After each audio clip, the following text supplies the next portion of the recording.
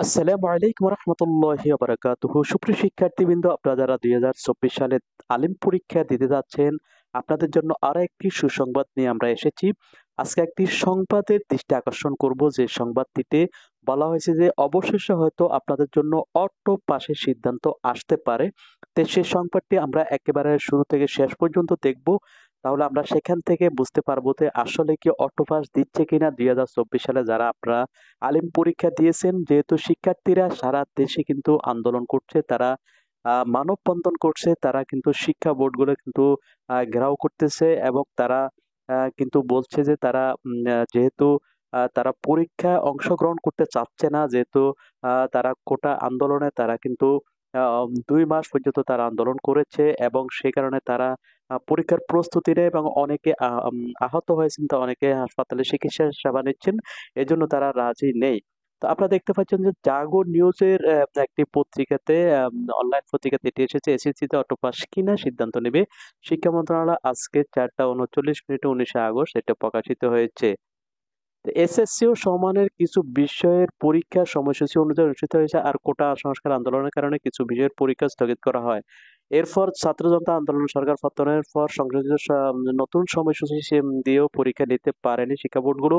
অন্তর্বর্তীকালীন সরকার গঠনের পর স্থগিত পরীক্ষাগুলো নিতে আবারও সময়সূচি প্রকাশ করা হয়েছে। পুনর্বিন্যাসকৃত সময়সূচি অনুযায়ী আগামী 11 সেপ্টেম্বর থেকে স্থগিত পরীক্ষাগুলো হওয়ার কথা রয়েছে।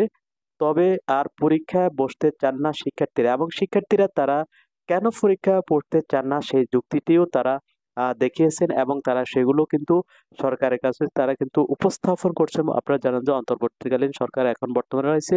দেশের সার্বিক পরিস্থিতি বিবেচনায় অটো পাসের দাবি তুলছেন পরীক্ষার্থীরা, নেমেছেন আন্দোলনেও।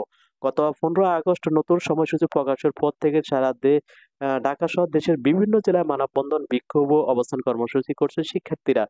সোমবার 19 আগস্ট রাজধানীর সারা দেশে অটো পাসের দাবি নিয়ে রাস্তায় নেমেছেন পরীক্ষার্থীরা।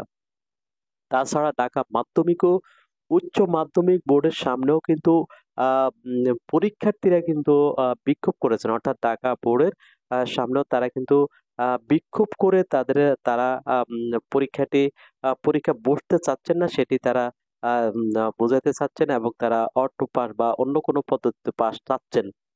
অধ্যাপক তপন কুমার সরকার বলেন, তারা অটো পাস চাইছে, আমরা বোর্ডের চেয়ারম্যান বা কর্মকর্তারা এই সিদ্ধান্ত নিতে পারি না, এটা সরকারের সিদ্ধান্ত। এই জন্য পরীক্ষার্থীরা যে দাবি জানিয়েছে সেগুলো চিঠির আকারে শিক্ষা মন্ত্রণালয়ে পাঠানো হয়েছে। বোর্ডের এই চিঠির পরিপ্রেক্ষিতে মন্ত্রণালয় যে সিদ্ধান্ত দিবে আমরা সেটি বাস্তবায়ন করব। কিছু বিষয়ের পরীক্ষা হয়েছে এবং কিছু বিষয়ের বাকি, এমন পরিস্থিতিতে অটো পাস দেওয়ার সুযোগ আছে কিনা জানতে চাইলে তিনি বলেন, আগের সরকার কি সিদ্ধান্ত নয় সেটা দেখতে হবে। আপনারা জানেন যে নতুন সরকার কিন্তু তারা বসেছে, আগের সরকার নেই। এজন্য শিক্ষা উপদেষ্টা বিষয়টি অবগত হয়েছেন, যে সিদ্ধান্ত যে সিদ্ধান্ত নেবেন সেটি বাস্তবায়নে করতে বোর্ডগুলো কিন্তু সেটি বাস্তবায়ন করতে বদ্ধপরিকর।